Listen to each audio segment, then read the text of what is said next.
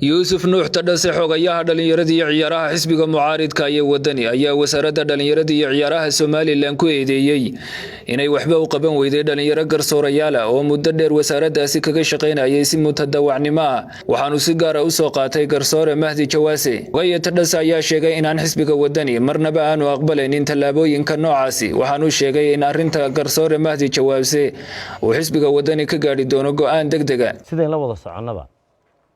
xisbiga wadani dhowr jeer ayaa waxa uu ka hadlay aqoon xumada iyo cadaalad darrada ka jirta wasaaradda dhalinyarada iyo ciyaaraha waa rabadaan anoo shaqadeedu ku jiraynu kulanay maan jeclayn runtii intaa rabadaanta inaan saxaafadda ka soo muuqdo laakiin way ka fursan weyday tani waxay idin tusaysaa oo shacbiga reer Somaliland ay tusaysaa aqoon darrada haysata wasaaradda dhalinyarada iyo ciyaaraha 12 sanadood ayaa Jawaase iyo 3 inan oo lamid ah oo iyaguna garsoorayaal waa Ciidaruus Qabeeye iyo Cawiliyo ay wasaaraddan dhalinyarada iyo ciyaaraha mutadawacnimo ay ugu shaqeynayeen qof 12 sano mutadawacnimo ku shaqeynayay oo qarankiisa u shaqeynayo dhalinyartiisa u shaqeynayay maalintii shaqaalaysiin noqoto idinka idin weydiinaya ma cid ka mudan baa jirta in 12 sano mutadawacnimo ku shaqeynayay taasi waxay idin tusaysaa aqoon darrada wasiirka dhalinyarada iyo ciyaaraha iyo agaasimaha guud ee ciyaaraha labaduba ma joogaan meesha ay xaq u lahaayeen wasaaradda dhalinyarada iyo ciyaaraha waa hantida qaranka ay dhalinyartu ku leedahay cid garanaysa oo qiimahan garanaysa in loo dhibaabay waan daawaday Jawaase aad baan uga xumahay Jawaase xisbiga wadani go'aan buu ka gaarayaa waanu caawin doonaa waxbaanu la qabanaynaa ilaa xalay toole arintiisaas lagama seexan Jawaase keligii maaha waxa jira garsoorayaal fara badan iyo dhalinyar fara badan inta hoos u ooyeysa ayaa ka badan inta kor u ooyeysa waa reer baran taa waxaan u arkanaa in la cunsuuriyeeyay inay wasaaradda dhalinyarada ciyaaruhu ay leedahay bariga sanaag iyo reer baran iyo looma baahna waxaan maqlayay taliyaha ciidanka qaranka barigii hore nuuxo isaguna lahaa reer looma baahna halka qolooyinka waa la cunsuuriyeeyay qaranka Soomaaliland waa in loo sinaadaa inanka baran jooga iyo ka gabiile jooga iyo ka beligubadla jooga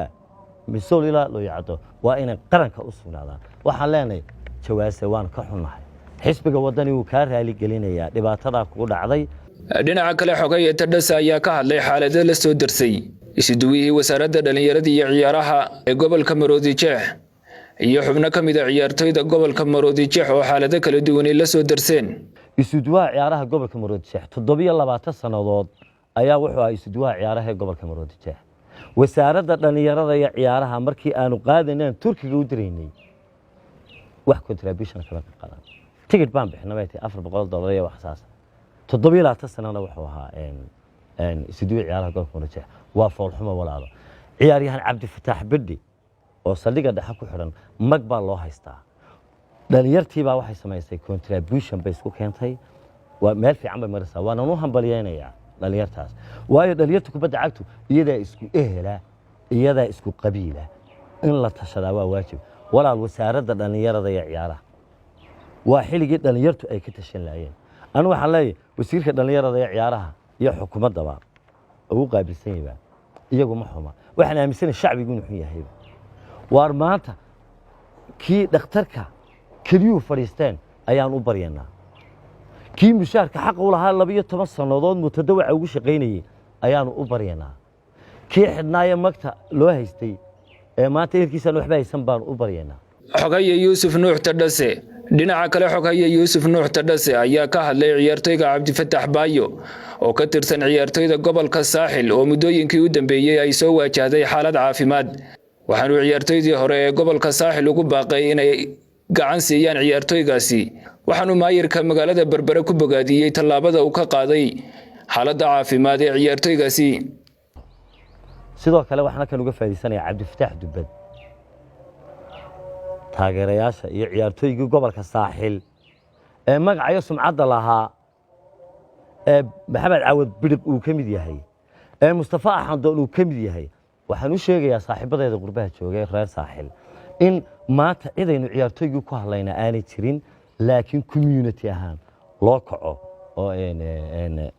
ninkaas xanuunsanaya dhakhtarka yaalla wax lala qabto dhalinyartaa dhibaataysan siibaa inankaa gobolka saaxil dhakhtarka yaalla maayarka gobolka saaxil maayar ciddin inuu arrintaa ka qayb qaadanayo maayar ciddin waxaan leeyahay abti halkaas ka soo saartay ilaahay ka soo saaro waxa tay maayarku dayasho mudan adiga iyo maayar cabdiraxmaan sootakaba xagga ciyaaraha malaha in wasaaradda ciyaarahaba loo wareejiyo xaggaas dowladda hoose baa la qaatay gobolka saaxil iyo qoonmaal islaam iyo fatwa ma qabtaa weydiimo diini ah ma doonaysaa moobilkaaga inaad ka barato casharo diini ah oo af Soomaaliya islaam iyo fatwa waxaad ka helaysaa fatwa diini ah tafsiir xadiis fiqi siiro dhaqanka suuban ducooyin soo qor fatwa ama islaam una dir hal shan eber